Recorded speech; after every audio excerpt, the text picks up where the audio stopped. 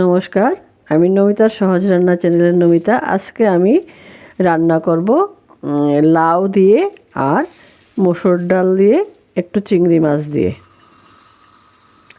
আমি ডালটা নিয়ে নিচ্ছি, বাস আর দেব না। আর এর মধ্যে এটাকে ভালোভাবে জল দিয়ে ধুয়ে নেব। আর আমি এটাকে বেসিন থেকে ধুয়ে আনছি। এটা প্রেসার কুকারে লাউ আর ডালটা দুটোটা মিলে আমি একটা সিটি দেব, শুধু বেশি সিটি দিলে এটা নরম হয়ে যাবে। আমি বাকি রান্নাটা করে এসে দেখাচ্ছি।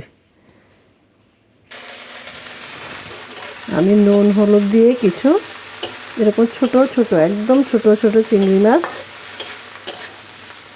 ভেজে নিচ্ছি। তো চিংড়ি মাছ ভাজাটা হয়ে এসছে, এটাকে আমি এখন তুলে নেব।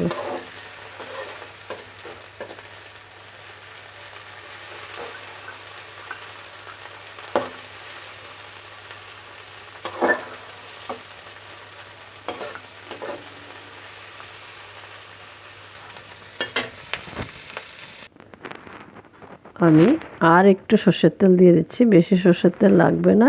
এটা ডালে তো সবজি তেল কম দিলে চলে। তো এখন আমি এর মধ্যে দিয়ে দিচ্ছি একটা তেজপাতা, এটা একটু লম্বা ছিল, আমি ছিঁড়ে দিয়েছি। আর দিয়ে দেব দুটো আমি শুকনো লঙ্কা, আর দিয়ে দিচ্ছি এর মধ্যে আমি 5 ফোড়ন।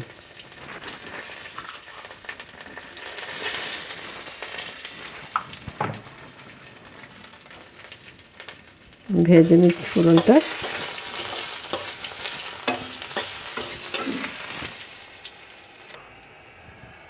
এখন দিয়ে দিচ্ছি আমি ডালটা।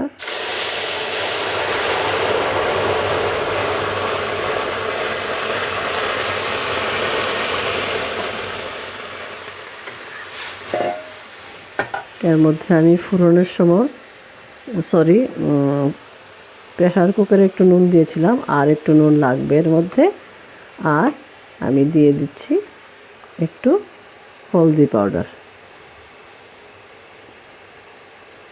হলদি পাউডারটা একটু কম দিলে ভালো, না হয় বেশি একদম কালার হয়ে যায়, তখন ডালের মতো লাগে না। ডাল একটু হালকা হালকা কালারই ভালো লাগে। আর এর মধ্যে দিয়ে দেব কিছু চেরা কাঁচা লঙ্কা, 4-5টা কাঁচা লঙ্কা দিচ্ছি। আর আমার ভেজে রাখা চিংড়ি মাছগুলো দিয়ে দিচ্ছি।